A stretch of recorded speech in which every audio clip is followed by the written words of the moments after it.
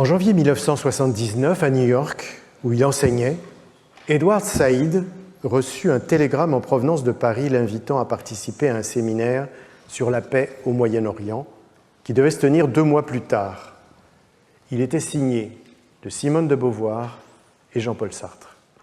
Ce dernier, bien qu'en déclin sur la scène intellectuelle française, où il était contesté pour ses sympathies communistes par les médiatiques nouveaux philosophes, et critiqué pour son existentialisme humaniste par le courant structuraliste, il demeurait néanmoins une figure respectée de la pensée critique, figure respectée aux États-Unis, moins pour le prix Nobel de littérature qu'il avait reçu et refusé 15 ans auparavant, que pour son engagement anticolonial contre les guerres d'Algérie et du Vietnam. De surcroît, la revue Les Temps modernes, qu'il dirigeait, avait publié au lendemain de la guerre de 1967 un numéro spécial volumineux intitulé « Le conflit israélo-arabe », réunissant 2 séries d'articles, l'une par des auteurs israéliens, l'autre par des auteurs arabes, ce qui démontrait la volonté de son équipe éditoriale de faire entendre, sinon dialoguer, les 2 parties. Le titre, d'ailleurs, du célèbre article d'introduction de l'historien Maxime Rodinson, « Israël, fait colonial ?» posait pour la première fois en France une question qui allait devenir centrale dans les débats sur l'histoire de la région. Admirateur du courage et de la lucidité de Jean-Paul Sartre, c'est donc avec confiance qu'Edward Said, qui, outre son poste de professeur à l'université de Columbia, était membre du Conseil national palestinien fondé en 1964. Donc, Edward Said partit pour Paris, où il apprit que pour des raisons qu'on lui dit être de sécurité, la rencontre se tiendrait dans un appartement privé, celui de Michel Foucault. Cette perspective l'enthousiasma dans la mesure où il avait lui-même été l'un des principaux introducteurs de sa pensée aux États-Unis dès le début des années 1970. Impressionné, le critique littéraire palestinien états-unien se rendit donc au rendez-vous. Il découvrit non sans plaisir que son livre « Beginnings », dans lequel il faisait notamment un éloge de Michel Foucault, se trouvait sur une étagère de la bibliothèque de ce dernier. Et il eut une brève mais cordiale conversation avec lui, rentré quelques mois plus tôt d'un séjour en Iran, où la révolution islamique venait de faire tomber le Shah. Présente, Simone de Beauvoir annonçait à qui voulait l'entendre qu'elle allait elle aussi se rendre à Téhéran, mais pour protester contre le port du chador. L'arrivée tardive de Jean-Paul Sartre permit enfin l'ouverture du séminaire qui devait durer 2 jours. Dès le départ, Edward Said dut cependant déchanter en découvrant que les termes en avaient été déterminés à l'avance par la garde rapprochée du philosophe vieillissant, et notamment par son secrétaire, Pierre Victor, ancien leader de la gauche prolétarienne, de son vrai nom Béni Lévy, dont le frère aîné était devenu musulman tandis que lui-même était passé du maoïsme au judaïsme. Il fut rapidement évident que l'objectif principal de la réunion était la normalisation de la relation de l'État d'Israël avec les pays arabes de la région, dans la ligne des accords de Camp David qui venaient d'être signés avec l'Égypte, tandis que la question de la Palestine n'était nullement à l'ordre du jour. Minoritaires, les participations arabes à cette réunion n'étaient guère écoutées. Quant à Jean-Paul Sartre, il resta silencieux les 2 jours, hormis le temps de lire un texte qui avait été rédigé en fait par son secrétaire, dans lequel ni l'histoire de l'expulsion de la population palestinienne, ni l'occupation présente des territoires palestiniens n'étaient évoquées aux grandes dames d'Edward Said, qui réalisait, écrit-il, que le critique de la colonisation française en Algérie n'avait pas de critique à exprimer sur la colonisation israélienne en Palestine.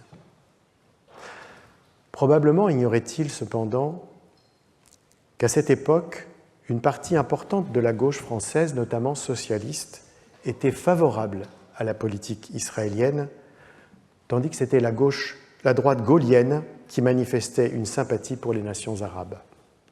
Quoi qu'il en soit, de cet épisode parisien, certes mineur, Edward Said conserve le vif souvenir, dit-il, de l'ironie de cette scène troublante qu'il rapporte 2 décennies plus tard dans un article de la London Review of Books.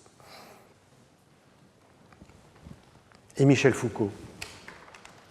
De manière surprenante, il s'éclipsa discrètement avant le début du séminaire en expliquant qu'il allait travailler à la Bibliothèque nationale. Hôte accueillant de la rencontre, il considérait ne rien avoir à y dire, ni peut-être à y apprendre. Son départ inopiné résultait probablement de son inconfort intellectuel par rapport à la situation au Proche-Orient, dont Edward Saïd mentionne 2 éléments d'explication. D'une part, témoin lors de son séjour en Tunisie des violences commises en réaction à la guerre de 1967 contre des synagogues et des commerces juifs, abusivement amalgamés à la politique sioniste. Il avait été sensibilisé au problème de l'antisémitisme, ce dont on trouve trace dans un courrier qu'il avait adressé à l'époque à Georges Canguilhem. D'autre part, même s'il ne l'affirmait pas ouvertement, sa sympathie allait au projet israélien plutôt qu'à la cause palestinienne, ce qui avait d'ailleurs profondément affecté la relation qu'il entretenait avec son ami Gilles Deleuze. En fait, Michel Foucault, qui s'exprimait sur de nombreux sujets, y compris internationaux, n'a parlé que rarement et allusivement du Proche-Orient, comme en 1982, après le massacre de Sabra et Shatila, à propos duquel il se contente de dire « Il y a eu face à ce noyau d'intolérable une réflexion morale assez extraordinaire ». Lui qui avait défendu les étudiants tunisiens, les révolutionnaires iraniens, les boat people vietnamiens, les syndicalistes polonais, n'exprimera guère de soutien aux droits du peuple palestinien. C'est cette absence de Michel Foucault, à la fois anecdotique, son départ d'une réunion qui se tenait pourtant à son domicile, et politique, son silence autour du problème israélo-palestinien qui était alors au centre du débat public, que je voudrais prendre comme point de départ d'une enquête plus largement sur ces absences de certains grands enjeux théoriques de son temps. Ayant commencé ce cours avec ses présences, il m'a paru nécessaire de ne pas faire silence en terminant sur ses absences. Bien entendu, il est toujours facile et quelque peu vain de relever ce dont une autrice ou un auteur n'a pas parlé dans son œuvre. Mais en l'occurrence, il s'agit plutôt de repérer des prolongements de sa pensée, des questions dont on aurait pu supposer qu'elles découlaient de ses analyses, en somme, des points aveugles, ce qu'il n'a pas pu ou pas voulu voir. Des philosophes, des sociologues, des anthropologues lui en ont d'ailleurs fait la critique, non pas cependant comme celles et ceux qui, éprouvant une profonde antipathie à l'égard de ses travaux, en ont rejeté les fondements, mais au contraire en suggérant qu'il aurait dû aller plus loin et en s'étonnant qu'il ne se soit pas aventuré sur des terres dont il leur permettait d'entrevoir des rivages. Ce sont donc ces zones d'ombre que je veux étudier en montrant que, bien qu'il les ait méconnues, son œuvre a été souvent, pour celles et ceux qui l'ont explorée, une source d'inspiration, une méthode propice à prospecter de nouveaux chantiers. Votre préoccupation essentielle est d'analyser la formation de l'épistémé en Occident. Quel est donc pour vous le monde qui se trouve en dehors de l'Occident? La question de l'intellectuel japonais Shigehiko Asumi embarrasse sans doute Michel Foucault qui admet « Vous me posez là une question très difficile ». Commençant par l'éluder, il finit par reconnaître, s'intéresser dans ses travaux non pas à l'universalité des connaissances, mais au contraire à la singularité historique géographique du savoir. Puis il hasarde une hypothèse sur le rôle de l'Occident dans l'économie internationale de la connaissance. Je le cite. Est-ce que dans certains cas, sur le mode de la soumission, dans d'autres, au contraire, sur le mode de l'appropriation, dans d'autres, enfin, sur le mode du conflit, le monde entier ne s'est pas mis à l'écoute de ces formes de savoir? Une hypothèse dont il craint toutefois qu'elle ne soit mal comprise. Je ne voudrais pas que ce que je dis paraisse affreusement impérialiste. Il corrige donc quelque peu sa formulation sans véritablement changer le sens du propos. Les Occidentaux ont été piégés par leur propre colonisation, par l'occidentalisation du monde entier, puisque c'est avec les instruments formés en Occident que le monde non occidental s'est libéré de son emprise.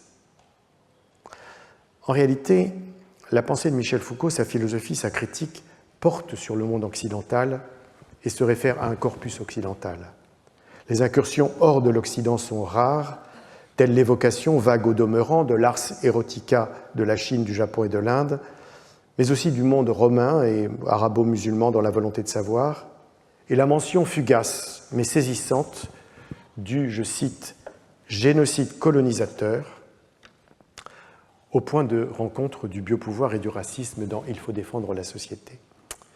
Mais hormis ces occasionnelles allusions, l'Occident est le cadre géographique, historique, culturel et politique dans lequel se déploie la réflexion foucaldienne de la folie à la prison, de la médecine à la sexualité, de la vérité à la subjectivité.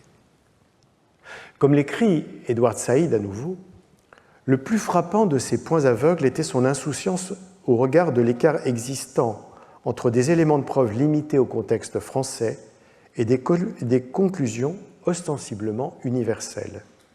Son eurocentrisme était presque total, comme si l'histoire elle-même se déroulait parmi un groupe de penseurs français et allemands.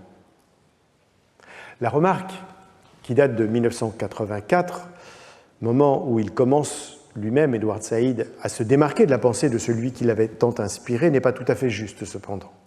Car Michel Foucault reconnaît que ses analyses ne valent que pour le monde occidental, et même souvent, en ce qui concerne ses travaux historiques, s'appuie seulement sur des archives françaises. Il ne s'aventure guère à parler d'autres régions de la planète et ne prétend pas que ses analyses y aient une validité. Le géographe britannique Stephen Legge, plus nuancé, parle de présence-absence du colonialisme dans l'œuvre foucaldienne. Il cite ce qui semble être la seule phrase sur le sujet dans le cours « Il faut défendre la société », le 4 février 1976. Foucault écrit et dit « Il ne faut jamais oublier que la colonisation, avec ses techniques et ses armes politiques et juridiques, a bien sûr transporté des modèles européens sur d'autres continents, mais qu'elle a aussi eu de nombreux effets de retour sur les mécanismes de pouvoir en Occident, sur les appareils, institutions et techniques de pouvoir. Il y a eu toute une série de modèles coloniaux qui ont été rapportés en Occident et qui a fait que l'Occident a pu pratiquer aussi sur lui-même quelque chose comme une colonisation, un colonialisme interne. C'est ce qu'on appelle en français le choc en retour et en anglais « the boomerang effect », désignant l'appropriation dans l'espace national de pratiques de l'empire colonial.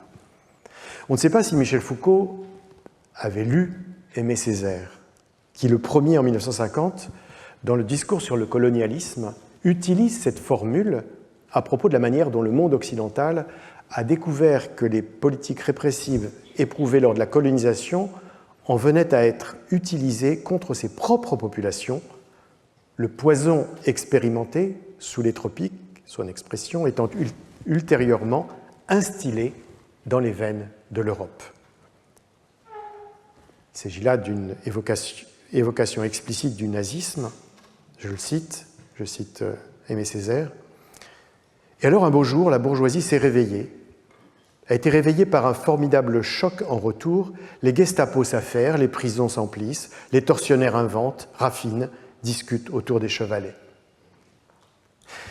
Mais il est vrai qu'il s'agit là de la forme extrême, annihilatrice, dont parle aussi Hannah Arendt au même moment, pour établir une généalogie coloniale du nazisme, alors que Michel Foucault se réfère, lui, de façon plus vague et beaucoup moins dramatique, ce qu'il appelle aux structures juridico-politiques. Il n'en reste pas moins cette question, on sera même tenté de dire cette énigme, d'un penseur de la généalogie des pouvoirs et d'un militant de multiples causes qui était étudiant pendant la guerre d'indépendance de l'Indochine et professeur pendant la guerre de libération de l'Algérie, qui a enseigné à l'université de Tunis et candidaté à un poste à Lubumbashi, mais qui n'aborde jamais la question coloniale, ni dans ses livres, ni dans ses cours, ni dans ses entretiens. Autre source d'étonnement, ce sont ces travaux, aussi occidentalo-centrés soient-ils, qui vont renouveler les études coloniales et postcoloniales. L'historienne et anthropologue états-unienne Anne-Laura Stoller peut ainsi écrire en 1995, au début de Race and the Education of Desire, La race et l'éducation du désir, son livre pionnier sur la sexualité dans le monde colonial, je la cite, « Aucun cadre analytique n'a saturé le champ des études coloniales de manière aussi complète au cours de la dernière décennie que celui de Michel Foucault. Ses affirmations sur la construction discursive des régimes de pouvoir ont conduit à explorer à la fois la production des discours coloniaux et leurs effets. Et de citer une douzaine d'ouvrages devenus des classiques de l'histoire et de l'anthropologie du monde colonial, parmi lesquels ceux de Jean Komarov en Afrique du Sud, Ai Wa Hong en Malaisie, Tim Mitchell en Égypte, David Arnold en Inde, David Scott au Sri Lanka, et bien sûr le sien au Sumatra, et d'autres encore. Même lorsque sont exprimées des critiques, c'est encore l'œuvre foucaldienne qui sert de référence. Du reste, cette inspiration n'implique pas une foi aveugle, ajoute-t-elle. Je continue la citer. Nos sensibilités ethnographiques nous ont poussés à contester les limites de son insistance sur les discours et de ses conceptions imprécises du pouvoir, à étudier les pratiques locales quotidiennes des peuples qui acceptaient ou résistaient à l'autorité européenne et à exposer les tensions de son projet et ses fragilités inhérentes.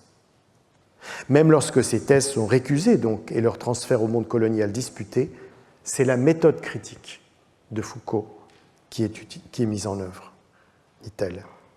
Pour l'essentiel, il s'est agi d'appliquer les principes généraux du cadre d'analyse foucaldien aux ethnographies de lieux et de moments spécifiques et de tirer parti de son appareil conceptuel plutôt que de discuter le contenu historique de son analyse. Et Anne-Laura Stoller en donne pour exemple son propre domaine de recherche, celui de la sexualité coloniale.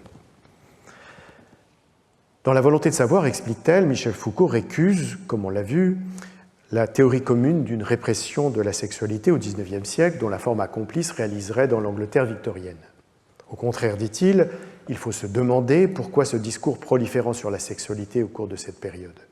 Non que la répression n'ait pas été absente, qu'une police des mœurs ait été créée, que des règles de décence aient été imposées, mais on doit s'interroger sur cette obsession de parler du sexe, de contrôler le désir, de réguler les fantasmes.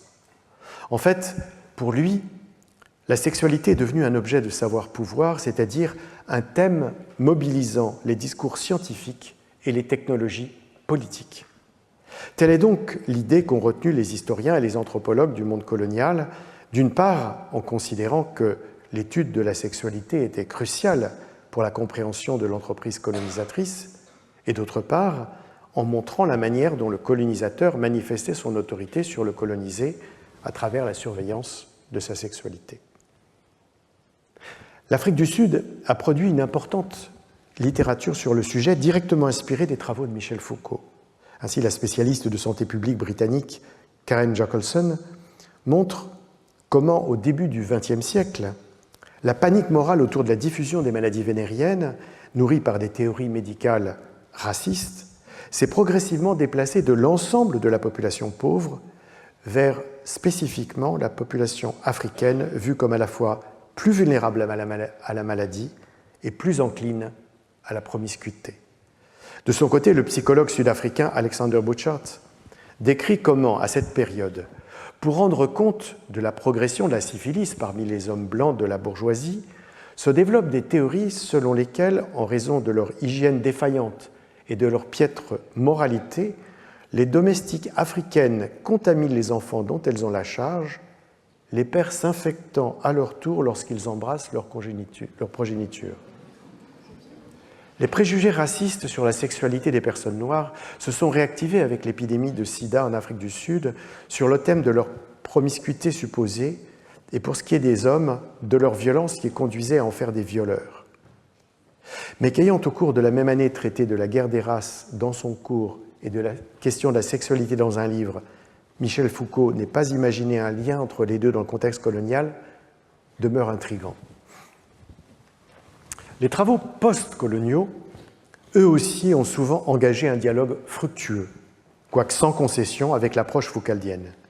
Si les études littéraires ont joué un rôle majeur dans leur constitution, sous l'influence notamment, bien sûr, du livre Orientalisme de Edward Said, qui est une critique de la manière dont le monde occidental, et notamment ses savants et ses écrivains, ont représenté les sociétés non occidentales d'Afrique du Nord, du Moyen-Orient et de l'Asie, de manière péjorative, culturaliste et raciste, En revanche, dans les sciences sociales, ce sont les subaltern studies qui ont le plus activement fait vivre le thème de la postcolonialité. Ce mouvement intellectuel, animé par l'historien indien Ranajit Guha, a réuni à partir des années 1970 un groupe de chercheurs de l'Inde décidés à bouleverser la compréhension de l'histoire sociale de leur pays en échappant à la triple influence des approches coloniales, nationalistes et marxistes. Leur source d'inspiration, jusque dans le nom qu'ils se sont choisis, c'était le philosophe et politicien communiste italien Antonio Gramsci, le terme subalterne se référant, chez lui, aux relations de subordination de classe, de caste, de race, de genre, de culture, de langue. S'appuyant sur un travail critique dans les archives coloniales, leur méthode, à ces subaltern studies, leur méthode d'analyse visait à rendre compte de la société indienne à travers ces catégories dominées, en étant attentif à leur conscience, leur autonomie, leur mode de résistance, leur manière de vivre. À côté de l'ascendant exercé par le marxisme gramscien sur les subaltern studies, la petite musique foucaldienne s'est également fait entendre au sein du groupe. C'est vrai pour son fondateur, Ranajit Guha, et ses membres les plus importants, Partha Chatterjee, David Arnold et Gyan Prakash. Mais d'autres influences françaises se manifestaient, en particulier Claude Lévi-Strauss, Roland Barthes et Jacques Derrida. Ce qui les inspirait particulièrement dans l'œuvre de Michel Foucault, c'était la critique structuraliste de l'humanisme occidental, l'attention portée aux pratiques discursives, la description du pouvoir en termes de relations disséminées dans la société, l'analyse des dispositifs de surveillance et de discipline, l'exploration des logiques de la biopolitique et des technologies de gouvernementalité, l'étude des phénomènes d'assujettissement et de subjectivation dans la perspective de la compréhension des formes de résistance parmi les subalternes. Cette influence n'empêchait pas la critique, notamment de la part d'ambassadeurs des Subaltern Studies aux États-Unis, qui ont joué un rôle majeur dans la diffusion de cette approche novatrice.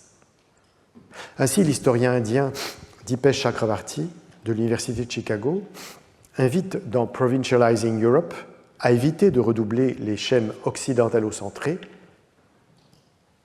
Il affirme « Les écrits des philosophes post-structuralistes comme Michel Foucault ont sans doute donné un coup de fouet aux critiques globales de l'historicisme, mais il serait faux de penser les critiques postcoloniales comme dérivant simplement de critiques déjà élaborées par des penseurs postmodernes en Occident. » En effet, pour lui, une telle interprétation renouerait avec l'habituelle représentation diffusionniste selon laquelle les idées naissent dans le monde occidental avant de se disséminer ailleurs et négligerait ainsi l'originalité de recherche comme celle menée dans le monde académique indien, ce qu'on entendait dans certaines remarques de Michel Foucault lui-même.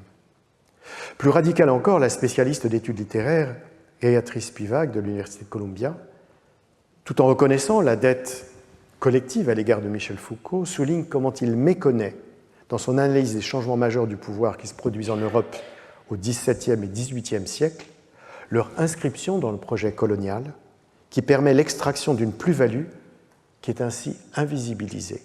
Je la cite, « Accepter cette version d'un Occident autosuffisant est symptomatique de l'ignorance de la manière dont il a été produit par le projet impérialiste. La clinique, l'asile, la prison, l'université semblent faire un écran allégorique qui empêche une lecture plus large des récits de l'impérialisme. » La critique qu'elle soulève ici n'est pas seulement que Michel Foucault ne s'est pas intéressé au reste du monde et même plus spécifiquement au monde colonial, mais qu'il n'ait pas compris à quel point les bouleversements des sociétés européennes dans la période qu'il étudie sont inscrits dans l'expansion des empires coloniaux, et s'agissant du biopouvoir notamment, à quel point le développement du capitalisme a été tributaire de leur extractivisme par le double prélèvement de richesses et de forces de travail dans le monde colonial. Cette absence au cœur de l'œuvre de Michel Foucault n'est toutefois que le reflet d'un silence assez généralisé sur l'entreprise coloniale dont on voit aujourd'hui encore combien l'effort pour le rompre se heurte à des résistances.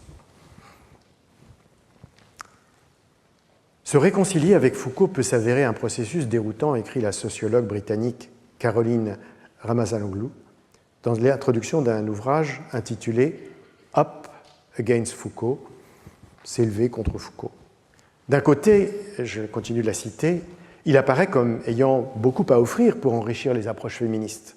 Et de l'autre, cependant, il peut être considéré comme contestant et même fragilisant le féminisme. De la même manière que pour les études coloniales et postcoloniales, se pose dans le cas des études féministes un double paradoxe concernant Michel Foucault, son œuvre et sa réception. D'une part, auteur prolixe sur la sexualité et le sexe, auquel il consacre 4 ouvrages, plusieurs leçons, de nombreux entretiens. Il ne traite jamais du genre, ne parle pas de la condition des femmes, ne s'inspire que de penseurs hommes, ne participe pas au combat féministe. D'autre part, il est probablement l'auteur de sexe masculin le plus mobilisé dans les travaux féministes et les études sur le genre, parfois pour s'en distancier, souvent pour s'en réclamer, mais dans tous les cas en conservant un regard critique. Donc au silence foucaldien répond une abondance de commentaires, comme si un positionnement était nécessaire, qu'il soit contre ou pour. Ainsi, selon la philosophe états-unienne Margaret McLaren, je la cite, « La relation entre Foucault et les féministes a été alternativement décrite comme une danse, comme complémentaire, comme antagonique. Les unes identifient des armes théoriques dans ses écrits, tandis que les autres considèrent qu'ils s'avèrent inutiles, voire franchement néfastes. » Que reprochent donc à Michel Foucault les féministes qui le contestent ? Ce n'est pas tant le fait qu'ils se soient jamais intéressés à leurs analyses et à leurs luttes, voire les aient occasionnellement critiquées, que les fondements même de ces théories du pouvoir et du sujet. Pour la philosophe canadienne Monique Devaux, je la cite, « Bien qu'il soit décevant que son œuvre ne s'engage pas directement sur la question du féminisme, cela ne diminue pas l'utilité heuristique de certaines de ses intuitions, mais il est vital pour le féminisme de conserver une perspective critique dans l'appropriation de ces concepts, d'autant que, dit-elle encore, dans la théorie féministe, d'autres ressources existent, mieux adaptées pour développer une vision alternative du pouvoir et de l'émancipation. » Alors, plusieurs aspects sont considérés comme problématiques dans ces thèses défendues par Michel Foucault. Premièrement, l'importance accordée à l'imposition par les différentes institutions d'une discipline suppose la constitution de ce qu'il appelle des corps dociles, contraints de se conformer au contrôle et à la surveillance des femmes sans permettre de saisir la manière dont elles répondent, voire détournent ou contournent les règles. Deuxièmement, la conception d'un pouvoir s'exerçant nécessairement sur un sujet libre, son expression, excluant de surcroît la violence, méconnaît les formes de domination et d'oppression caractérisant précisément les relations dans lesquelles les femmes peuvent se trouver prises. Troisièmement, la contestation de toute base substantielle aux identités sexuées conduit à rejeter les formes traditionnelles de féminisme en tant qu'elles sont suspectées d'essentialiser les femmes.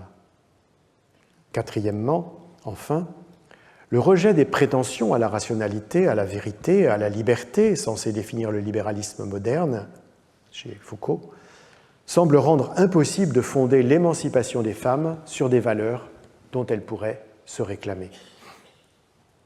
Ces 4 critiques peuvent du reste valoir, pas seulement pour les femmes, mais pour toutes les minorités. Cependant, de nombreux travaux s'appuient au contraire sur la pensée de Michel Foucault pour renouveler la théorie féministe et les études de genre, y compris en le critiquant. Le livre de Judith Butler, publié en 1990, Gender Trouble, trouble dans le genre en français, prend racine, dit-elle, dans la French Theory, qui est elle-même une drôle de construction, ajoute-t-elle, puisqu'elle résulte de l'assimilation d'un certain nombre de travaux à un paradigme unique et unifié. Le point de départ de son propos est une mise en question de ce que la théorie féministe a presque toujours tenu pour acquis, à savoir qu'il existe une identité appréhendée à travers la catégorie femme, laquelle est censée définir non seulement l'objet des luttes féministes, mais également les sujets qu'elles affirment représenter. Or, comme le montre Michel Foucault, il n'y a pas de vérité du sexe qui ne soit le simple résultat de la manière dont sont élaborées et régulées les identités et les différences sexuelles sur la base de normes de genre. C'est sur cette base que peuvent apparaître comme naturelles la binarité des sexes et l'hétérosexualité des relations. Pour autant, Judith Butler n'occulte pas les tensions, voire les contradictions, dans la manière dont Michel Foucault conçoit les relations entre sexualité et pouvoir, entre identités hétérosexuelles et homosexuelles, jusque dans la manière dont il écrit toujours l'homme comme substantif neutre pour parler des êtres humains. La violence des discours homophobes et la vitalité des mouvements LGBTQ dans le monde contemporain soulignent l'actualité de cette approche. Bien que Foucault ne soit pas célébré comme un théoricien de la race et du racisme, son concept de pouvoir contribue à une perspective renouvelée sur le racisme, note la politiste états-unienne Deepa Bhandaroo, se référant notamment à la notion de guerre des races, en lien avec le pouvoir, dans le cours « Il faut défendre la société ». Là encore, on est confronté à un décalage entre la place que Michel Foucault accorde à un thème et l'influence que sa pensée exerce sur la manière d'appréhender ce thème. Mais à la différence de la question coloniale à laquelle il consacre une seule phrase dans son œuvre et de la question du genre, qu'il ne mentionne jamais comme telle, il développe de façon certes singulière et limitée une véritable thèse autour de la question de la race. Cette thèse, c'est celle d'une contre-histoire qui apparaîtrait à la fin du Moyen-Âge en contrepoint de la version glorieuse des rois et des victoires. Il l'appelle l'histoire de la guerre des races, sombre et occultée, faite de violence et de soumission. Vous avez pu croire que j'ai entrepris de vous faire l'éloge et l'histoire du discours raciste. Vous n'avez pas eu tout à fait tort, commente avec humour Michel Foucault devant son éditoire. Il est vrai qu'il a une certaine sympathie, non pour le discours raciste, évidemment, mais pour l'histoire des vaincus dont il décrit la binarité interne à la société avec la distinction qu'il reprend entre Gaulois et Francs, qu'on retrouve dans divers travaux historiographiques au XVIIIe siècle. Un an plus tôt, l'historien et philologue allemand Reinhard Koselleck avait toutefois proposé une analyse binaire bien différente, à la fois plus profonde dans le temps et plus étendue dans l'espace, de ce qu'il appelle, je le cite, les concepts antonymes asymétriques, par lesquels des peuples se désignent eux-mêmes en s'accordant un privilège moral et politique, et désignent les autres en les abaissant à une condition inférieure. Plus profonde dans le temps, donc, car l'auteur part du couple Hellène et barbare dans l'Antiquité grecque, rappelant que Platon lui-même considérait que les barbares appartenaient à une race distincte et que la guerre contre eux avait pour objectif leur anéantissement, quand Aristote estimait, lui, de son côté, qu'ils étaient par nature des esclaves destinés à subir la domination grecque.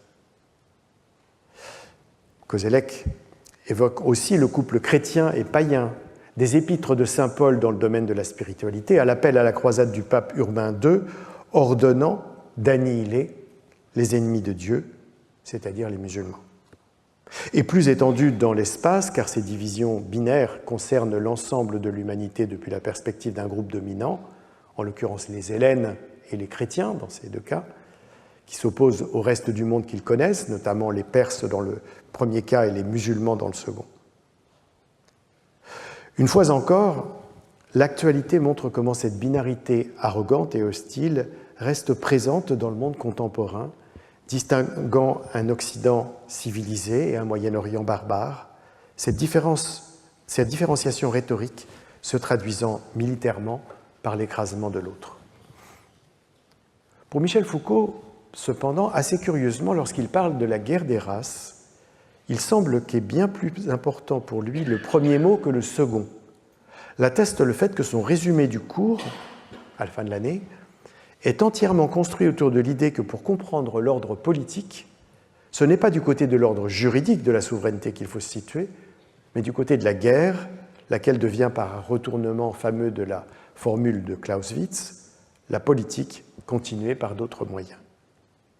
La guerre des races en tant que telle n'apparaît que dans une demi-phrase à la fin du texte, immédiatement remplacée au XIXe siècle par la lutte des classes et le pouvoir sur la vie.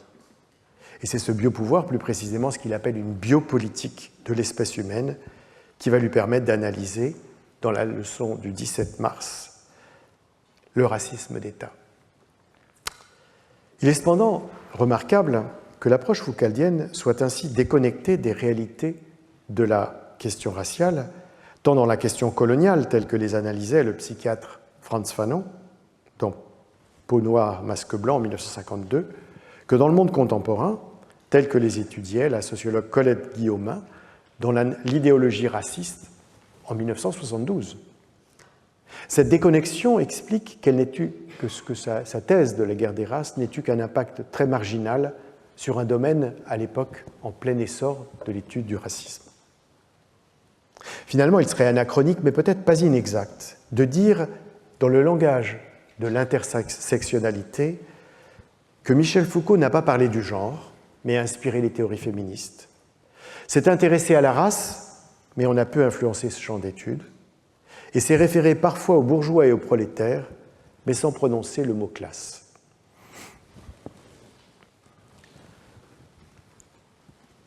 La mort a empêché Foucault de développer toutes les implications du concept de biopolitique et de montrer dans quel sens il aurait développé ses recherches, écrit le philosophe italien Giorgio Agamben au début de son livre Homo Sacer. Il s'étonne en effet que l'auteur de La volonté de savoir n'ait pas discuté les analyses produites par Hannah Arendt sur, je cite, le processus qui conduit la vie biologique à occuper progressivement le centre de la scène politique de la modernité, qu'il ait pu entreprendre ses recherches sur la biopolitique sans jamais se référer à elle, à ces théories de Arendt, et qu'il ne les ait jamais déplacées sur les lieux par excellence de la biopolitique moderne, le camp de concentration et la structure des grands États totalitaires du XXe siècle. Même si nazisme et socialisme sont effleurés par Michel Foucault, sans toutefois de mention des camps d'étude des totalitarismes, ce point aveugle est assurément remarquable dans son œuvre. Mais il n'est pas lié à la fin précoce de Michel Foucault, comme le suggère Giorgio Agamben. Les brèves évocations du biopouvoir remontent à 8 ans avant son décès, et s'agissant de la biopolitique plus spécifiquement, il annonce 2 années de suite que ce sera l'objet de son cours, et à chaque fois le termine sans l'avoir traité. En fait, il faut aller plus loin même.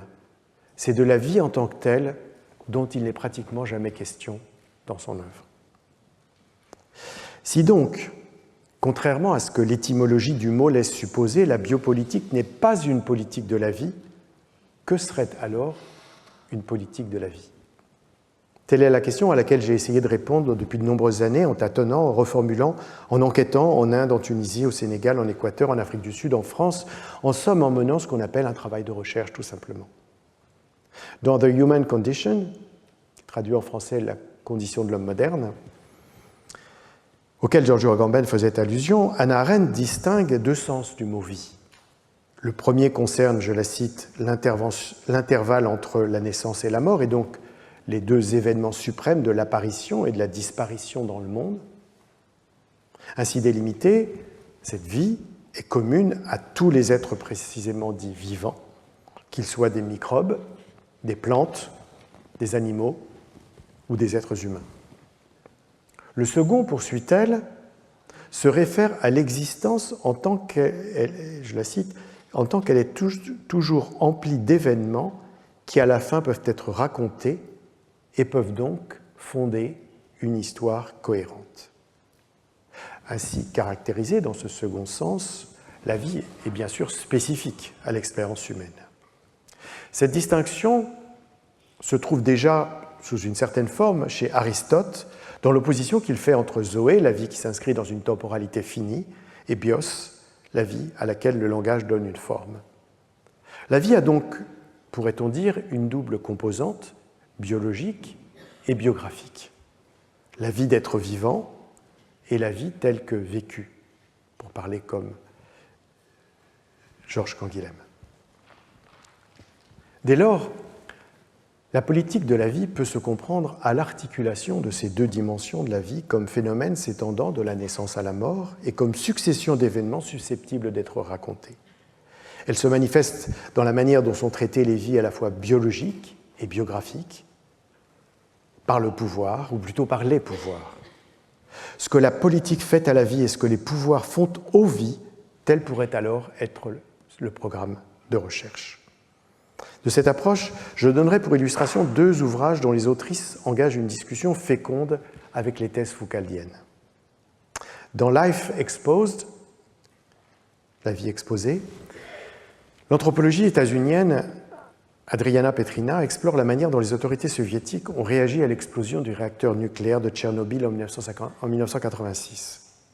Le long silence du gouvernement et des organes de presse officiels sur la catastrophe et ses conséquences potentielles pour la santé, puis le retard à l'évacuation des 90 000 habitants de la région devenue zone d'exclusion, enfin l'envoi de plus d'1,5 million de soldats, pompiers et ouvriers sur le site pour le nettoyer, le décontaminer et y construire un sarcophage destiné à contenir les radiations, ont causé parmi toutes ces personnes de nombreuses et graves brûlures et pathologies, en particulier des cancers thyroïdiens, la toxicité des doses reçues étant souvent minimisée par la modification des normes tolérées. Après l'indépendance du pays en 1991, cependant, le nouveau gouvernement ukrainien a développé un programme spécifique d'aide financière et de gratuité des soins pour les 3,5 millions de personnes affectées par l'accident nucléaire, avec une gradation des allocations en fonction de la sévérité de l'atteinte et de l'importance de l'invalidité. Le pouvoir, d'abord soviétique, puis ukrainien, s'est ainsi manifesté dans les vies des résidents et des travailleurs, à la fois par une négligence des risques et par une manipulation des savoirs, mais également, après le changement de régime, par une forme tardive de protection sociale qu'Adriana Petrina qualifie de citoyenneté biologique, associant dans cette expression les deux dimensions de la vie. Avec Starve and Immolate,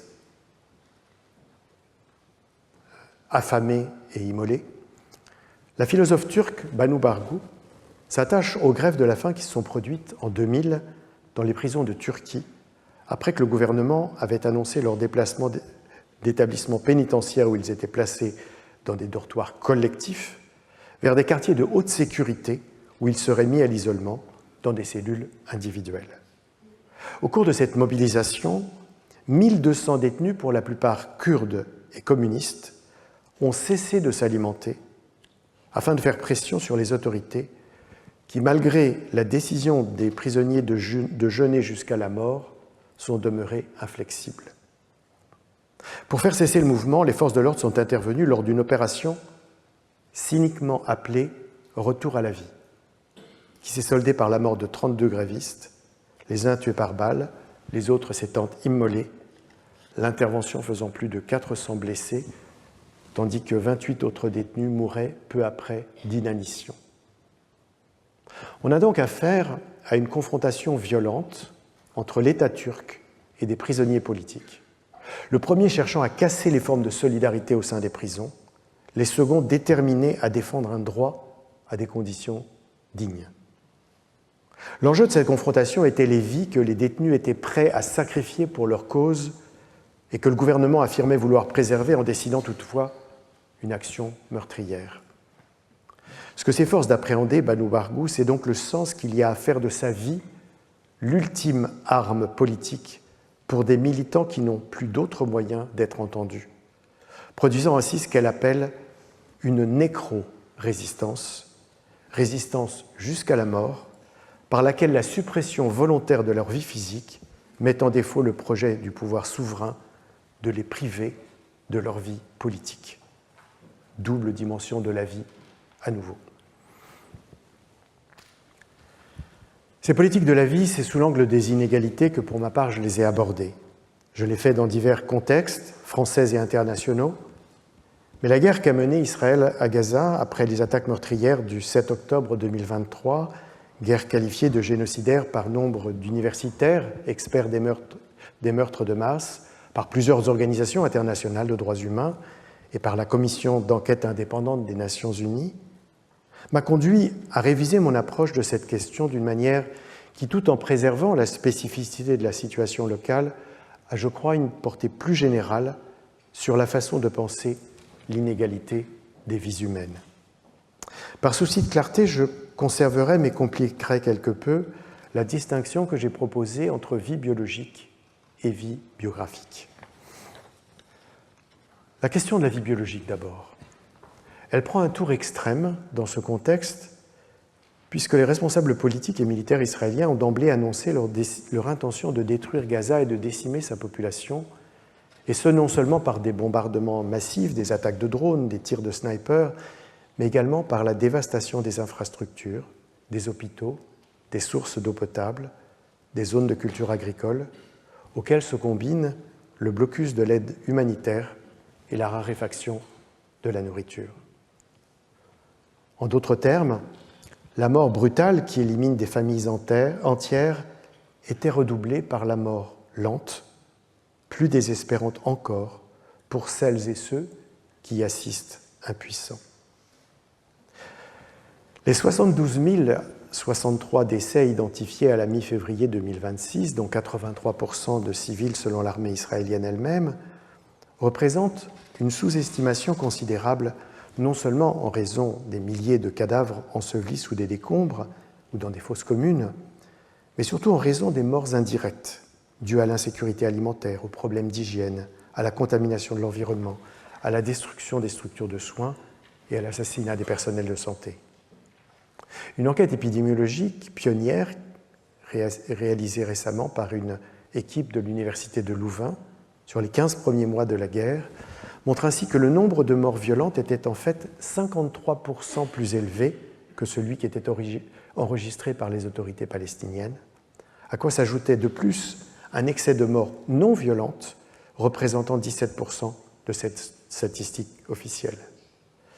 Une extrapolation à la situation en février 2026 indique donc non pas les 72 000 morts dont j'ai parlé, mais 122 500 morts, dont 101 000 civils, parmi lesquels 28 700 enfants. Au regard de ces chiffres, la comparaison macabre du nombre des victimes suggère que la vie d'un civil palestinien vaut 133 fois moins que celle d'un civil israélien et que la vie d'un enfant palestinien 800 fois moins que celle d'un enfant israélien. Encore, la période concernée par l'enquête n'inclut-elle pas les mois au cours desquels la famine a été déclarée, des épidémies se sont produites, d'autres hôpitaux ont été réduits à l'état de ruine. Mais on ne peut plus parler ici de politique de la vie, ce sont des politiques de la mort, dont les chiffres toutefois ne suffisent pas à donner le sens. Car les statistiques disent bien plus que les données qu'elles livrent. L'impossibilité pour les autorités palestiniennes d'établir une comptabilité précise des décès en raison de l'intensité des frappes, de l'enfouissement des corps, de la dispersion des fragments humains et des difficultés de communication signifie une perte de valeur des morts. Quand on ne parvient plus à les compter, c'est qu'elles ne comptent plus. Elles ne sont plus que des chiffres, mais des chiffres incertains. De plus, le discrédit jeté par le gouvernement israélien, le président états-unien, les journalistes français sur la validité des listes des martyrs quotidiennement diffusées par le ministère de la Santé de Gaza affectait une seconde fois les victimes. On avait pris leur vie, on les privait de leur mort. Mais au-delà des statistiques incertaines et contestées, c'est le traitement des défunts qui invite à penser autrement l'inégalité. Les familles israéliennes qui pleuraient le décès d'un proche tué ont pu, parfois tardivement, dans le cas des otages, lui témoigner de leur affection, accomplir les rites religieux et procéder à une inhumation digne. Les familles palestiniennes qui pleuraient elles aussi la perte d'un être cher abattu ou bien enlevé par des militaires ennemis se sont trouvées souvent dans l'incapacité de l'honorer en respectant les prescriptions rituelles faute de disposer de son corps, soit qu'on ait refusé de le rendre, soit qu'on l'ait fait disparaître lors d'opérations de déblaiement, soit qu'on ait restitué des monceaux de cadavres anonymes, impossibles à identifier. Pour désigner ce phénomène, l'anthropologue Stéphanie Latabdallah parle de nécroviolence. Lors de la recherche des restes du dernier otage israélien, les bulldozers de l'armée ont éventré un cimetière en violant plus de 200 sépultures palestiniennes. La vie supprimée était ainsi brutalisée une nouvelle fois. Même le repos des morts n'était pas respecté. L'inégalité des vies peut-elle toutefois se résumer à ces statistiques de mortalité, ces flétrissures de cadavres et ces profanations de tombes?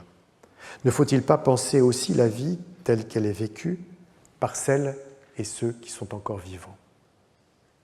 Il faut donc aborder la vie biographique en tant qu'elle est faite de ces événements qu'il est possible de raconter. Pour les survivants, donc, qu'est-ce que cette vie? Il y a d'abord l'existence. Avant 2023, pour beaucoup, ce sont les conditions des camps de réfugiés où leurs parents ou grands-parents ont été installés après avoir été expulsés de leur terre en 1948. Et pour toutes et tous, c'est l'état de siège avec de multiples privations en termes de droits humains comme de ressources vitales à Gaza. Et lors des manifestations pacifiques de la Grande Marche du Retour, ce sont plus de 36 000 blessés, dont beaucoup ont dû être amputés à la suite de tirs de snipers israéliens, qui ont également causé la mort de 214 personnes. Il y a ensuite l'existence à partir du 8 octobre 2023. Pour celles et ceux qui ont pu raconter ce qu'ils avaient vécu, souvent des poètes, parfois des cinéastes, également des journalistes, et beaucoup de jeunes femmes et hommes sur les réseaux sociaux, revient très fréquemment l'incommunicabilité de l'expérience quotidienne du massacre, de l'explosion des bombes, du bourdonnement des drones, du spectacle des fragments de cadavres de proches, de la désolation de la perte de tous les biens, de l'humiliation des civils dénudés, battus et enlevés, de la terreur et du silence des enfants traumatisés, de la faim et de la soif. En somme, de ce que les dignitaires du régime israélien avaient annoncé en disant que l'opération militaire devait rendre à Gaza la vie invivable. Cette incommunicabilité ne résulte cependant pas d'une impossibilité de raconter, mais d'une impossibilité d'être entendue. En témoigne la poétesse Hala Al-Khatraoui, qui continue d'écrire avec une infinie délicatesse à l'adresse de ses 4 jeunes enfants assassinés par l'armée israélienne. Bien que lauréate du programme d'accueil des scientifiques et artistes en danger soutenu par l'État français, elle se heurte, comme des dizaines d'autres Palestiniens de Gaza, au refus de la France de lui délivrer un visa. Car l'inégalité des vies, c'est aussi dans l'économie de l'attention et dans une distribution de l'indifférence qu'elle se manifeste. Le traitement médiatique de la guerre et de ses victimes, surtout pendant la première année, l'a montré. Côté israélien, de l'attente angoissante des familles des otages et des mobilisations pour leur libération, du désarroi des habitants du nord du pays contraints de quitter leur domicile en raison des tirs de roquettes, de la poursuite des loisirs dans les stations balnéaires, on a presque quotidiennement eu des échos dans la presse en complément des interventions de responsables politiques et militaires justifiant la conduite des opérations. Côté gazaoui, en revanche, l'interdiction faite aux journalistes étrangers de pénétrer dans le territoire a servi de justification pour ne pas rendre compte de la violence de l'hécatombe et de la souffrance des survivants, dont tous les proches avaient été tués, de la douleur des blessés amputés sans anesthésie, du désespoir des mères devant le corps émacié de leurs enfants, de la détresse des pères impuissants à trouver de la nourriture, des tortures et des viols subis dans les prisons et les camps israéliens, tous éléments relatés par des reporters israéliens et des reporters palestiniens, ces derniers qui risquaient leur vie pour faire connaître celle des habitants de l'enclave. Le tribut qu'ont payé ces derniers, ces journalistes, plus de 200 avaient été tués selon les statistiques établies à la fin de l'année 2025, ce qui en fait la guerre la plus meurtrière pour leur profession de tous les conflits des dernières décennies, souligne combien la possibilité de raconter les événements est devenue aujourd'hui un marqueur essentiel de l'inégalité. Ces voix qu'on ne veut pas écouter disent assurément quelque chose des vies auxquelles on n'accorde plus de valeur. Me suis-je donc éloigné du projet foucaldien? Peut-être. Mais faudrait-il imaginer alors que le biopouvoir, c'est-à-dire le pouvoir sur la vie, ne se traduirait pas par une inégalité des vies? Devrait-on dans ce cas concevoir une biopolitique, littéralement politique de la vie, qui se désintéresserait de la manière dont on traite les vies? Et pourrait-on finalement consacrer une année à parler du gouvernement des vivants sans s'interroger sur ce que sont ces vies? Au fond, rendre hommage à un penseur n'est-il pas de penser avec lui et parfois contre lui? Le moment est venu de conclure non seulement cette leçon, mais aussi l'ensemble de ce cycle. Je le ferai non pas en esquissant une impossible synthèse, compte tenu de la richesse des travaux de Michel Foucault, que j'ai essayé de vous montrer, mais en évoquant un souvenir personnel. Michel Foucault est mort il y a 42 ans. Dans l'hommage nécrologique qu'il lui rend, Edward Said note, note l'ironie du fait qu'il se soit éteint dans un lieu dont il avait étudié les archives pour ce qui fut son premier grand livre, l'Histoire de la folie, à savoir l'hôpital de la Salpêtrière. C'est là que je me suis trouvé pour la seule fois de ma vie en présence de Michel Foucault. Je n'avais jamais suivi ses cours, je ne l'avais jamais rencontré, mais je l'avais beaucoup lu. Le jour où il a été hospitalisé, au début du long week-end de Pentecôte de 1984, j'étais le seul médecin encore présent dans le département de maladies infectieuses et je fus donc appelé auprès de lui dans le service de neurologie où il venait d'entrer. J'étais assurément ému de passer ce moment triste et précieux, seul avec lui. J'en garde le souvenir de sa simplicité, de sa douceur, de sa sérénité apparente, malgré les circonstances.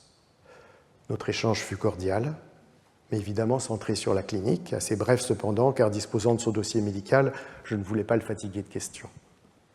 En le quittant, je lui dis que, comme c'était l'usage, une discussion multidisciplinaire des spécialistes de sa maladie aurait lieu la semaine suivante pour décider de la meilleure stratégie de sa prise en charge.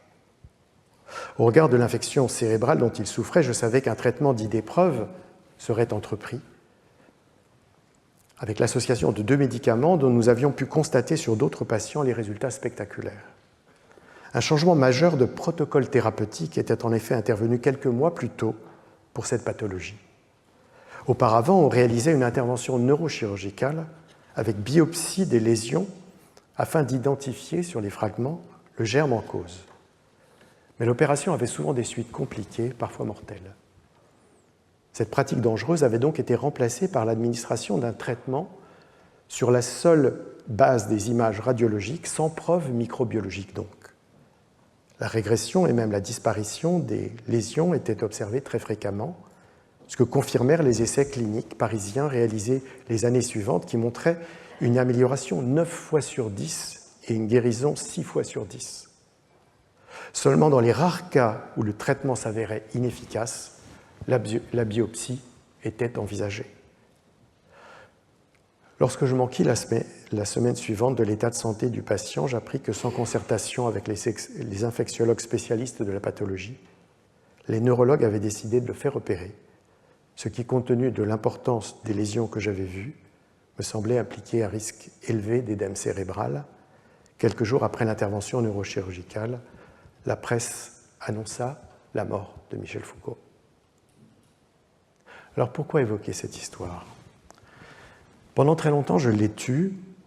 Lorsque 26 ans après les faits, j'ai été sollicité pour participer au cahier de Lerne dédié à Michel Foucault avec la demande, de même qu'à d'autres contributrices et contributeurs, de raconter la manière dont son œuvre m'avait accompagné.